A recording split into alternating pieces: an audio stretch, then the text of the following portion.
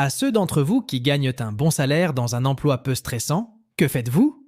Je travaille pour l'une des plus grandes entreprises de jeux de société au monde. La plupart de mon travail consiste à accorder aux studios et à d'autres pays l'accès à nos fichiers pour qu'ils puissent les traduire et les vendre dans les magasins de leur pays, puis nous verser des royalties. Je dois faire des voyages pour vérifier leurs studios pour m'assurer qu'ils sont à la hauteur, aller à beaucoup de conventions de jeux et littéralement être obligé de jouer à des jeux avec les collègues que j'adore au moins quelques fois par semaine. Les avantages sont super et, étant seulement 2 ans après l'université, l'expérience de travail et le salaire sont bons. J'enseigne l'anglais en Chine 12 heures par semaine, environ 2700 $ américains par mois. Et c'est avec presque toutes les dépenses de vie payées. Un vol aller-retour par an, 3 mois de congé par an. Mais je suis payé pour 11 mois. Je sais que je ne deviendrai jamais riche, mais je gagne bien plus que je ne pourrais dépenser compte tenu du coût de la vie ici. Je pourrais facilement économiser 2000 $ américains par mois. J'ai beaucoup de temps pour poursuivre mes hobbies, et même mon temps au bureau est très détendu, car mes cours sont si basiques. Un ami à moi gagne 45 000 $ par an en marketing. Son travail entier consiste à créer une publicité pour journal, télévision, internet, pour trouver des gens qui aimeraient essayer un nouveau produit, à rester assis pendant plusieurs jours à attendre, puis, lorsque les gens répondent, il les trie pour savoir s'ils doivent se qualifier ou non. Les hommes ne peuvent pas tester les déodorants pour femmes et des choses comme ça. C'est la fin de son travail. Tout le reste est fait par un autre groupe. Il a des heures de temps libre payées qu'il utilise pour coder et faire des projets annexes. Il a étudié pendant 8 ans en mathématiques pour obtenir ce travail. Mon titre de poste complet est responsable de la conformité à l'exportation dans une entreprise de dispositifs médicaux. Ça sonne chic, mais en réalité, un distributeur demande un document qui a déjà été compilé par quelqu'un d'autre. Je fais juste du copier-coller. C'est fantastique. Je suis géologue pétrolier, salaire à 6 chiffres dès la sortie de l'école pour un travail de 40 heures par semaine. Cela implique quand même un certain stress à cause de l'importance de l'argent en jeu sur mes suppositions éduquées, mais pour la plupart, nous, les géologues, aimons ce que nous faisons et ne stressons pas beaucoup. Je suis technologue en radiologie médicale. Je pense que mon travail est l'un des moins stressants. Nous ne travaillons pas de longues heures comme les infirmiers et les médecins, et notre seule priorité principale est de prendre des images diagnostiques des patients. Mais une fois que nous avons terminé, ils sont emmenés par les brancardiers, donc nous passons peu de temps avec les patients. À la fin de la journée, lorsque nous terminons nos heures, nous rentrons simplement à la maison et nous nous détendons. Je trouve que c'est un travail relaxant, qui devient plus facile à mesure que vos compétences s'améliorent. Et il y a généralement des gens pour vous aider. Ceci est strictement pour les rayons X seulement, pas pour le scanner ou l'IRM, ce qui est plus stressant, puisque vous êtes sur un emploi du temps. J'aime assez mon travail. Je suis transcripteur médical. Je pense que la rémunération est très bonne compte tenu de la facilité et du peu de stress du travail, une fois que vous avez bien appris le jargon. Je travaille en 3 équipes, donc la rémunération est encore meilleure. Je suis matelot sur un remorqueur à New York pour 385 $ par jour, prochaine promotion à second pour 580 $ par jour et capitaine pour 670 $ par jour. Nous vivons sur le bateau et naviguons le long de la côte Est pendant 2 semaines. Puis nous avons 2 semaines de congé. La plupart du temps, nous mangeons gratuitement et regardons la télévision par satellite. J'apporte ma Xbox et joue quelques heures chaque jour en utilisant mon téléphone comme point d'accès. C'est littéralement 2 semaines de détente totale avec des amis. Je travaille dans le marketing des médias numériques. Je gagne un salaire correct, environ 80 000 $, et je travaille de chez moi. Certains jours, j'ai environ 1 à 2 heures de travail à faire, mais probablement 2 à 3 jours par semaine, je ne fais presque rien. Parfois, je me sens mal de travailler si peu par rapport au crédit que je reçois, mais une grande partie de mon travail est réactionnaire, donc je me dis que tant que je suis là quand on a besoin de moi, alors je gagne mon salaire. Je fais ça depuis 6 ans, donc je peux le faire les yeux fermés. Ça ne me procure aucune joie, mais c'est tellement facile et je travaille de chez moi, donc bon. Je suis graphiste interne pour une assez grande entreprise de vente au détail. Nous restons occupés, mais il n'y a pas le stress qui accompagne le travail en agence et le fait de devoir plaire à plusieurs clients différents ou de s'inquiéter d'avoir suffisamment de travail en tant que freelance. Je travaille dans l'assurance qualité logicielle. Le salaire est à peu près le même que celui des développeurs, sauf si vous êtes dans les échelons supérieurs ou spécialisés, mais c'est beaucoup moins stressant. Aussi, les programmeurs hardcore autistes n'entrent pas dans ce domaine, car ce n'est pas du codage réel. Donc la concurrence pour les bons emplois est moindre. La plupart se contentent de lancer ou d'écrire des tests et de dire aux geeks qu'ils font des erreurs. Je suis cariste. J'inspecte et répare des wagons de marchandises. La plupart du temps, le travail est tranquille et facile. Mais parfois, je dois travailler dans des conditions difficiles comme une vague de chaleur, une pluie torrentielle ou des températures glaciales. Parfois, je dois soulever des objets lourds ou faire un travail physique soutenu. Mais ces jours sont rares.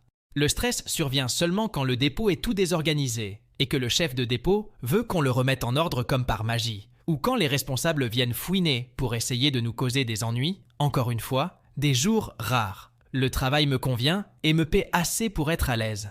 Mon emploi du temps est nul mais ils embauchent, donc je vais enfin avoir un peu d'ancienneté. Je travaille dans la réparation de piscines. Je suis payé à la tâche, pas à l'heure, donc si je veux traîner toute la journée, je le fais. Si je veux gagner beaucoup d'argent, je me donne à fond toute la journée. Je peux choisir mes propres horaires, je fixe mes propres tarifs et je termine tôt pour aller voir une matinée ou prendre une bière avec des amis quand je veux. Je gagne en moyenne environ 75 000 $ par an. Je suis indépendant, mais je suppose que ça compte quand même. J'aide les petites et moyennes entreprises à développer leur activité en ligne, à la fois stratégiquement et opérationnellement. La condition est qu'elles aient déjà un flux de revenus et des profits décents. Ensuite, ma recette est très simple. Refaire leur site web, créer du contenu comme des articles de blog et des pages de destination pour obtenir plus de trafic organique, plus acheter des publicités si les données montrent que c'est rentable. La demande est si élevée que j'ai établi 4 règles. 1.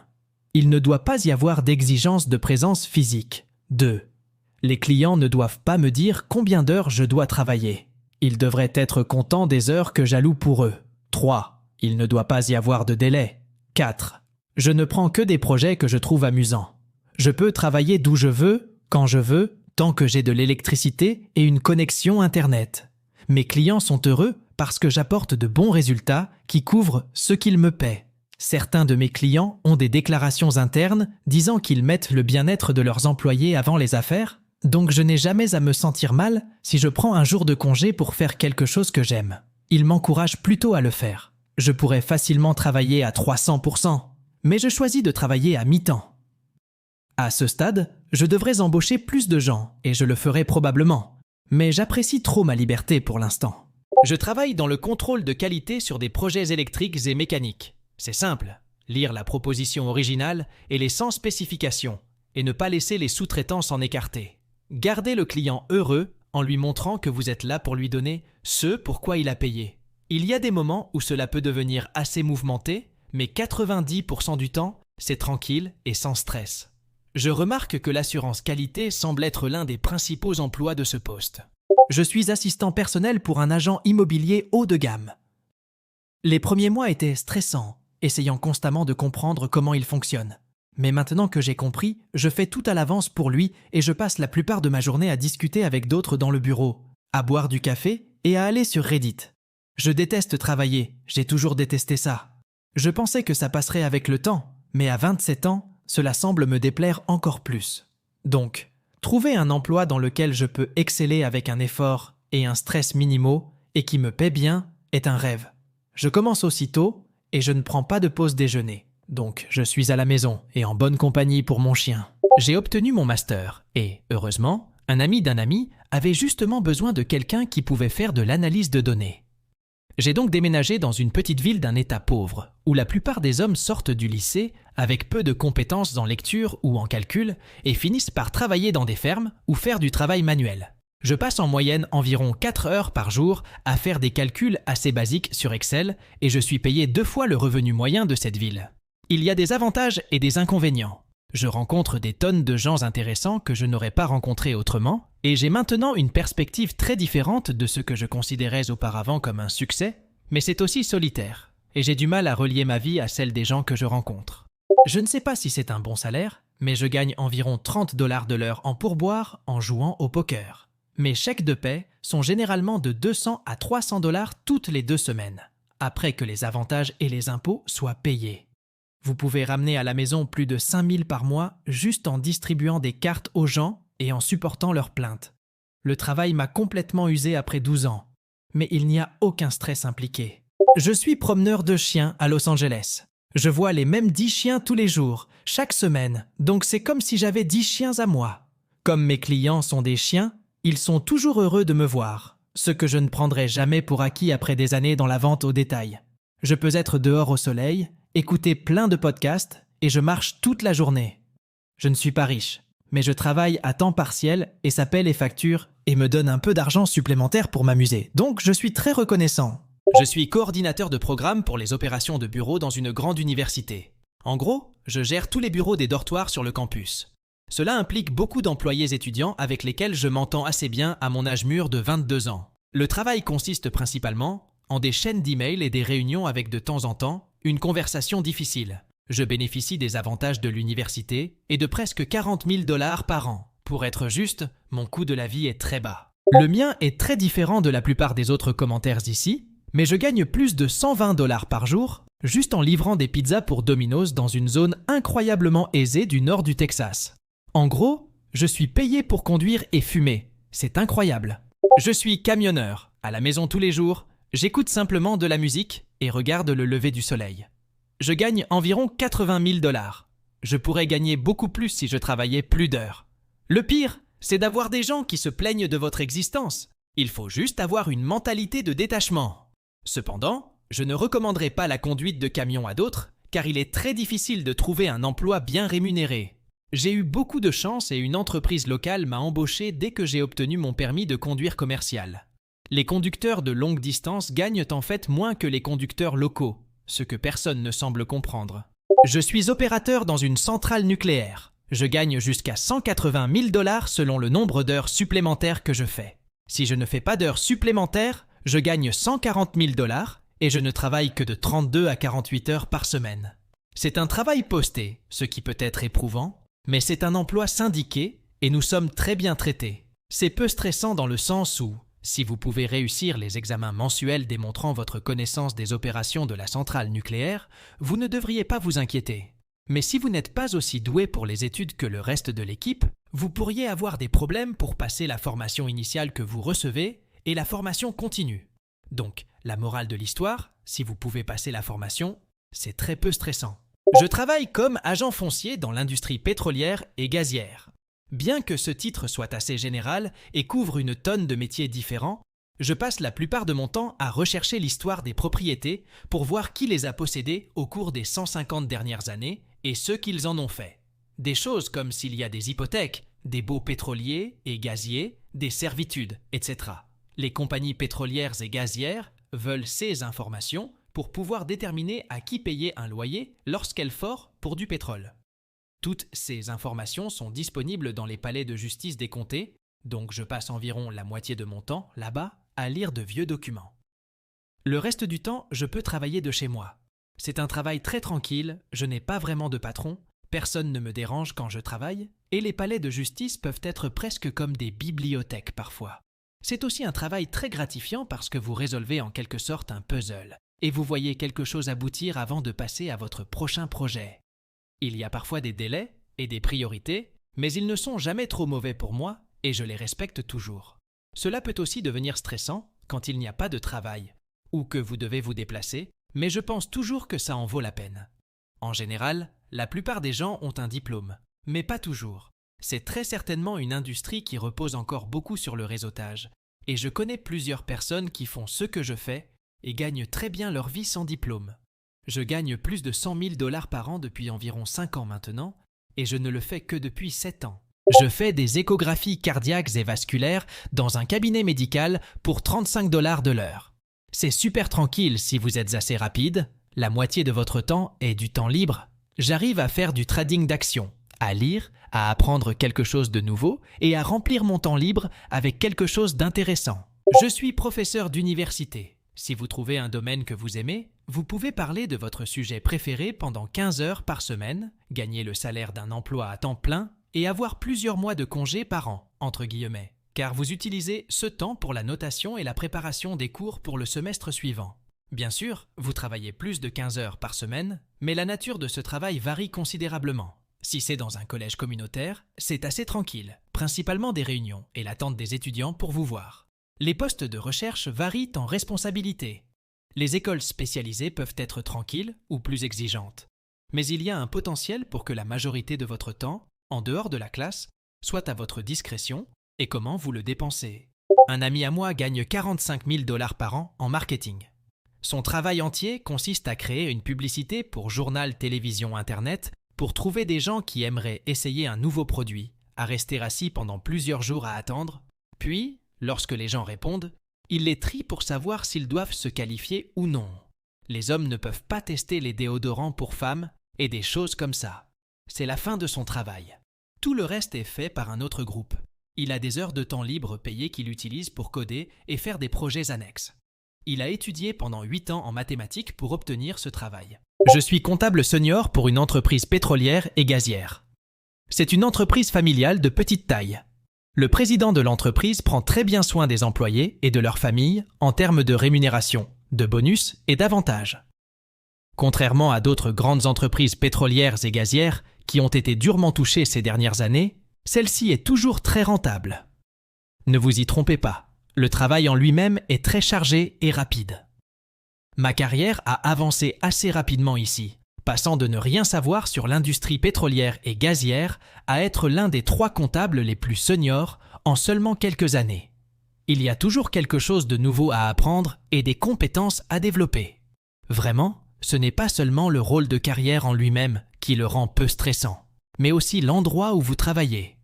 Le respect que l'entreprise et les gens ici ont les uns pour les autres est rare. Tout le monde aime son travail et l'entreprise pousse toujours et concrétise l'idéal que les employés sont leur plus grand atout. Les personnes au-dessus et en dessous de moi sont très talentueuses, respectueuses et très faciles à travailler avec. Je dois travailler un week-end de temps en temps à la maison juste pour m'assurer que mes devoirs sont faits au mieux de mes capacités. Cependant, pour la plupart, j'arrive à 8 heures et je pars à 17 heures et mon travail s'arrête là. Très flexible, je peux travailler de chez moi ou partir tôt et la confiance que tout le monde se donne à fond est une grande partie de cela. C'est l'emploi de mes rêves après des années de mauvais emploi à l'intérieur et à l'extérieur des domaines après avoir obtenu mon diplôme universitaire. J'ai vraiment eu de la chance. Je suppose que mon travail n'est pas peu stressant ou très bien payé pour la plupart des gens. Mais pour moi, en tant que jeune homme célibataire de 24 ans, il coche les 2 cases. Je travaille dans les services médicaux d'urgence en milieu rural au Canada.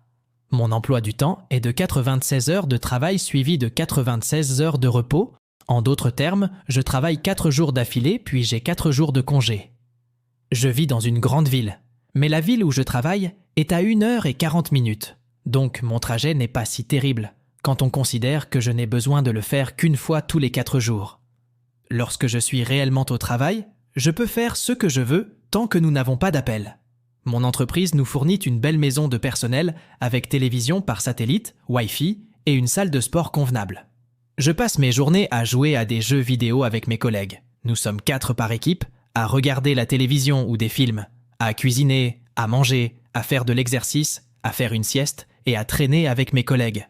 Si nous recevons un appel, nous avons 8 minutes pour répondre. Donc je peux me prélasser en pyjama toute la journée si je veux, et si j'ai besoin de faire une course en ville, je peux généralement la faire sans m'éloigner de plus de 8 minutes de la station. Les appels peuvent être assez pénibles, beaucoup d'accidents de la route et d'accidents agricoles, mais je trouve que les vraiment pénibles sont rares. La plupart des appels consistent simplement à conduire des personnes qui ne se sentent pas bien à l'hôpital, mais j'apprécie les appels difficiles, car ils me mettent au défi de prendre des décisions rapides et d'utiliser mes compétences. En 96 heures, nous avons en moyenne environ 5 à 6 appels. Cependant, j'ai littéralement travaillé 96 heures sans un seul appel à plusieurs reprises. Quoi qu'il en soit, je ne ramène jamais le travail à la maison. Je gagne environ 70 000 $ par an avec de bons avantages. Et il y a beaucoup d'opportunités de prendre des quarts de travail supplémentaires qui sont payés en double. Je travaille dans l'analyse de données. Aujourd'hui, je gagne un salaire de 75 000 $ plus des avantages, travaillant du lundi au vendredi de 7 h à 15h30, et tout cela depuis chez moi.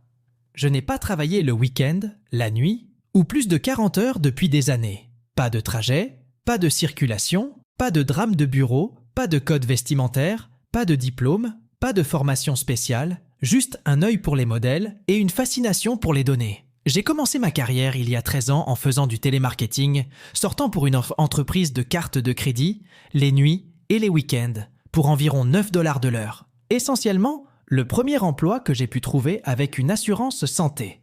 Environ une fois par an, je cherchais quelque chose qui était un peu un défi et je déménageais pour une augmentation, maîtriser le travail et bouger à nouveau. Je vais maintenant à l'école pour un diplôme uniquement parce que mon travail le paiera. Je suis assis derrière un bureau et je conçois des systèmes de cinéma maison et d'automatisation à faire soi-même. Les gens envoient leurs plans de sol et je place des images de haut-parleurs et de téléviseurs là où ils devraient installer des choses. Je dépanne aussi les systèmes par téléphone. C'est l'argent le plus facile que j'ai jamais gagné et je suis assez bien payé. Actuellement, mon rôle contractuel est dans le support de bureau.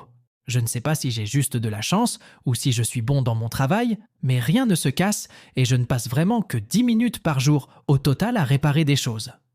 Cet email ne s'envoie pas. C'est parce que l'adresse email est incorrecte. Ce genre de choses. Je suis plus là pour un scénario au cas où. C'est correct.